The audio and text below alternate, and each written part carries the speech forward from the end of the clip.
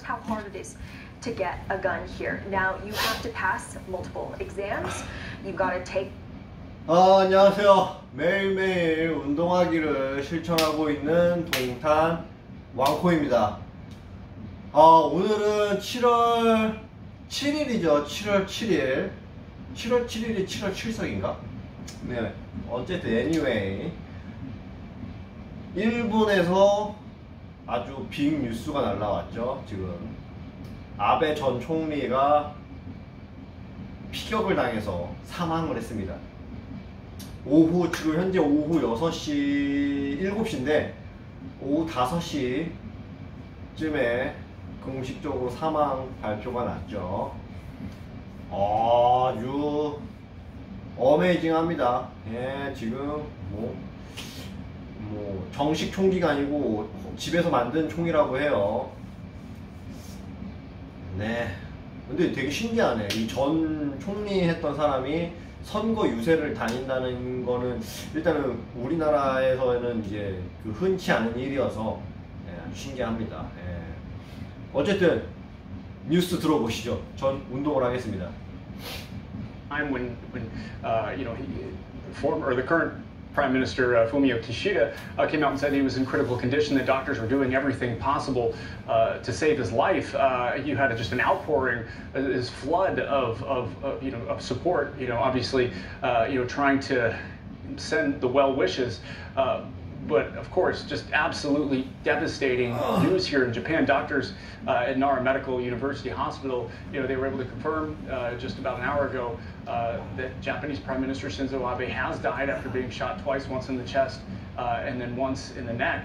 Doctors there treating Abe said that his heart had actually stopped by the time that he had reached the hospital. They said that he was bleeding profusely and that the bullet that killed Abe was deep enough to reach his heart. Doctors say that they faced a difficult time stopping the bleeding, and ultimately it was that loss of blood that Abe died from. There were anywhere from 10 to 20 doctors trying to treat Abe's wounds. Doctors say that they were able to find the bullet wound in the front of the neck, as well as a large wound near his heart, but they haven't been able to determine the trajectory of those bullets and the wounds that he sustained. Now, this shooting, which happened while delivering a speech around 11:30 this morning local time in the western city of Nara, several hours, of course, at this point after the shooting, again, when you talk about the emotions, a very visibly emotional current Prime Minister Fumio Kishida addressed the media, calling the shooting just an unforgivable act. Abe's brother, the current Minister of Defense, Nobuo Kishi, also addressed the media, calling the attack an affront to democracy and suppression of freedom of speech. After the shooting, NHK says the former Prime Minister was bleeding from his chest and in a state of cardiac arrest while being transported to the hospital.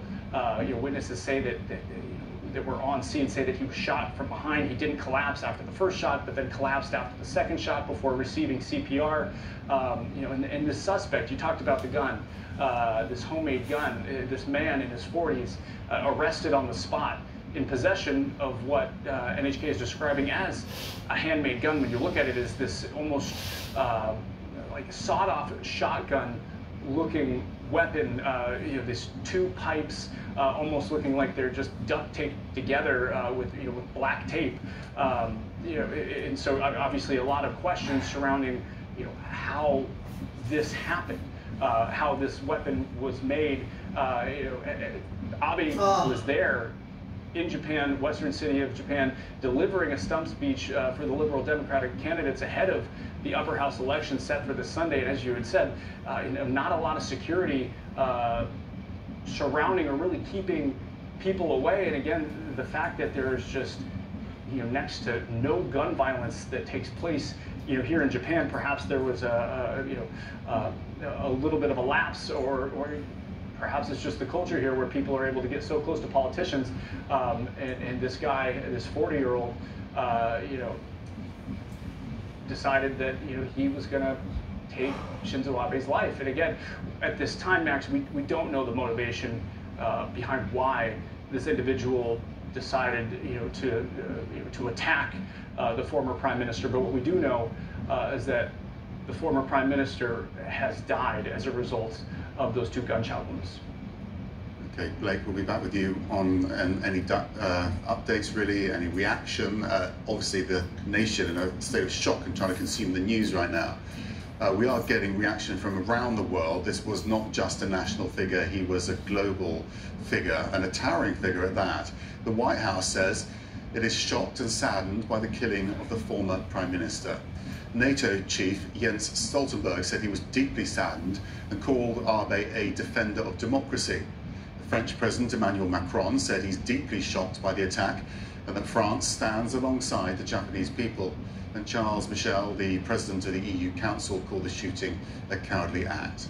But let's cross over to Paula Hancock's in Seoul, South Korea, a towering figure around the world, Paula, across Asia, of course, someone that is in and out of everyone's lives, a leading figure in a leading nation in that region.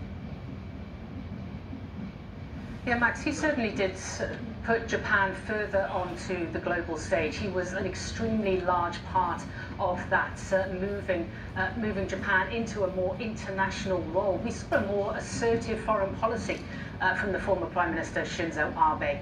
Now, of course, he didn't have just friends in this region. When you look at China, when you look at South Korea, there certainly are politicians here who did not appreciate his more assertive foreign policy. But as a whole, you can see just really from the reactions that we've had internationally how well regarded he was. Just in Australia, for example, apart from the current Prime Minister, there were 3 previous Prime Ministers who have spoken of their shock and also called him a friend. And that is something we have heard repeatedly from many of the leaders around the world, saying that he was a friend as well as a towering leader. Now, he did serve a number of years as Prime Minister, as we've said repeatedly, the longest serving Prime Minister. But even after he stepped down in 2020, he was still very much a dominant presence when it came to politics in Japan, and that was certainly felt very widely. The fact that he did have a certain faction within the LDP that was his faction, so he was still a towering figure. The very fact that he was out on the election trail, there are elections that were going to take place on Sunday in the upper house of Parliament, and he was himself very much a part of that. He was doing an election campaign when he was attacked.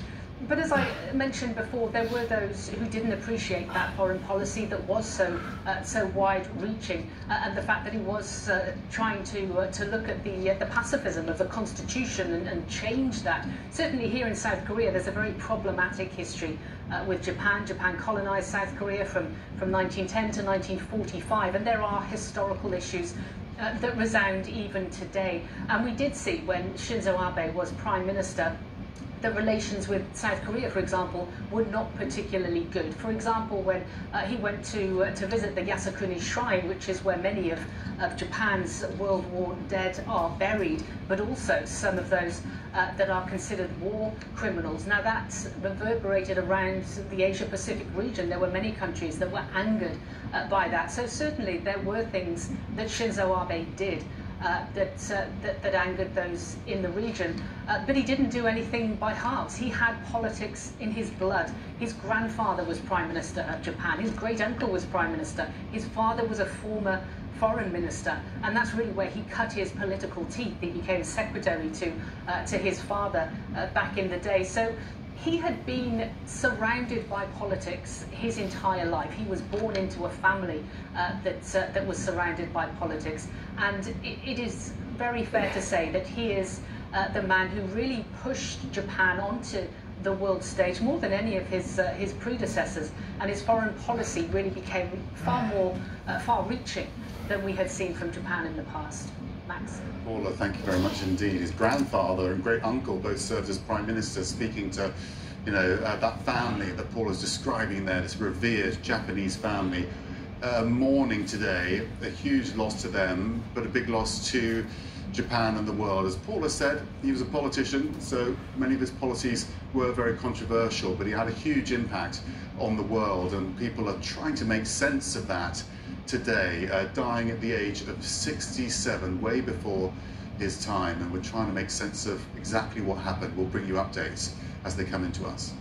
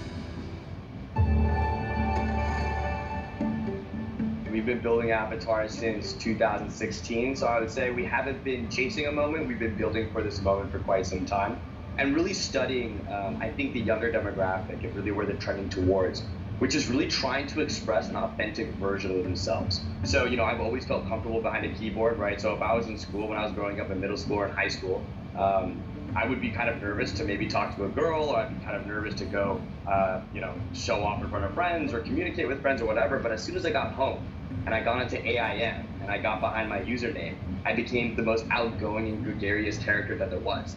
You're able to create this manifestation of yourself in this very fantastical art form. So we hope that avatars can be that safe haven that allow you to express yourself from every different segment of your imagination and serve as your emotional surrogate.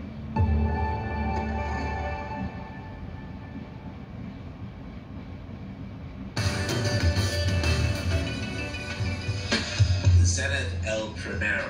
Now this is a watch with a story. It was launched in 1969, and the name El Primero means the first in Spanish, because it was among the first automatic chronographs. But a few years later, the brand is bought by Zenith Radio Corporation. Zenith, the American corporation, ordered Zenith, the Swiss watch brand, to stop producing mechanical watches, and so the El Primero disappeared.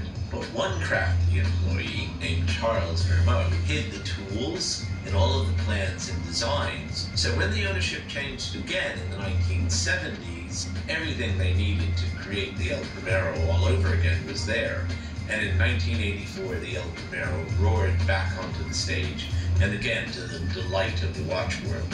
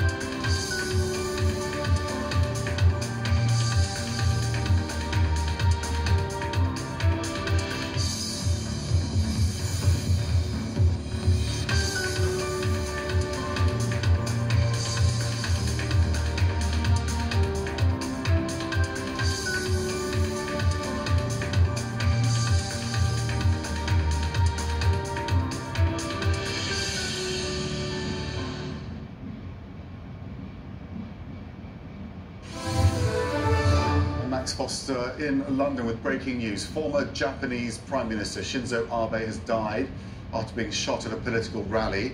He was shot twice at a campaign event in the western city of Nara earlier today. Doctors who treated Abe say he died from loss of blood.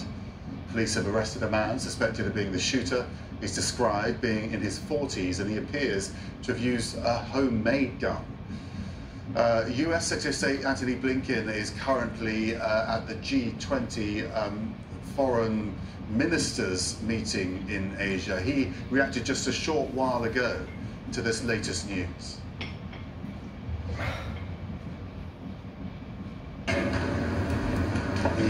very deep condolences of the United States passing on the assassination of the former Prime Minister. This is shocking.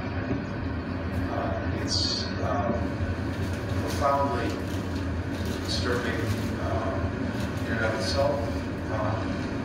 It's also such a strong personal loss for so many people. For the United States, Prime Minister Abe was an extraordinary partner and someone who clearly is a great leader for Japan, the Japanese people, but also so admired as a global leader, and one who really, during his time in office, brought the relationship between our countries, the United States and Japan, to new heights.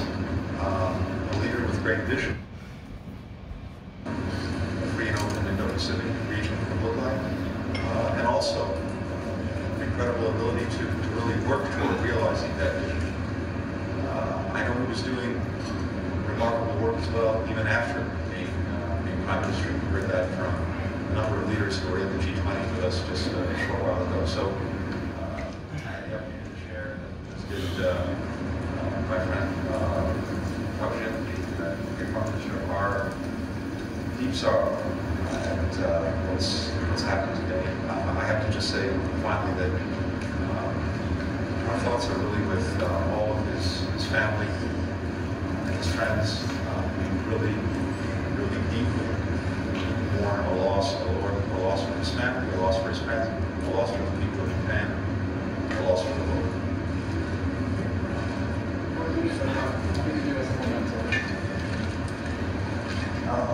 President Yoon Suk-yeol has expressed his deepest condolences on the passing of former Japanese Prime Minister Shinzo Abe, to his family and the people of Japan. The Korean government strongly condemns this shooting incident as violent crime that should not be tolerated under any circumstances. Just really expressing the shock felt around the world about the death of the former Japanese Prime Minister. That's a G20 foreign ministers meeting there, and it's a hugely important event, and this assassination is overshadowing events, and people expressing, Antony Blinken there expressing how profound this death is of a great leader, as he described Shinzo Abe. Profoundly disturbing, he actually described it as, because everyone's in complete shock at the circumstances of this. Any assassination, of course, is shocking, but to happen in Japan, which is a place where politicians usually roam around freely, and this sort of thing, frankly, just does not happen.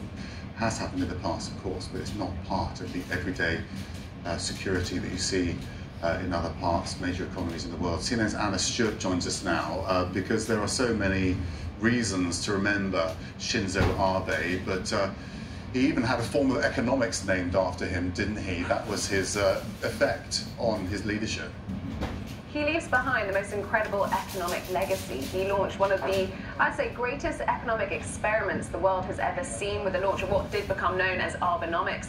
And this was designed in 2012 to try and lift Japan out of many, many years of weak inflation and very weak growth. And it had three arrows to it. The first being massive monetary stimulus, the second was increased government spending, and the third was economic reforms. And you know what, Max, for a few years, Abenomics, unconventional though it was, it did work. It lifted the economy out of negative sort of growth. It didn't maybe work as well as people had hoped. There's lots of criticism about the third arrow, the economic reform not going far enough. But what was so interesting was, you know, you saw the Bank of Japan launching what was called a bazooka many years ago. So huge amounts of monetary stimulus, pushing rates into negative territory. At the time, that was so unconventional. But since then, of course, we have seen central banks all around the world, Federal Reserve, ECB, Bank of England, all pursuing these ultra loose monetary policies. So in some ways, Japan really became a model through Abenomics. It's really, you know, Japan, it was controversial, wasn't it? Because other countries tried to adopt parts of it and it didn't really work for them. But actually, to large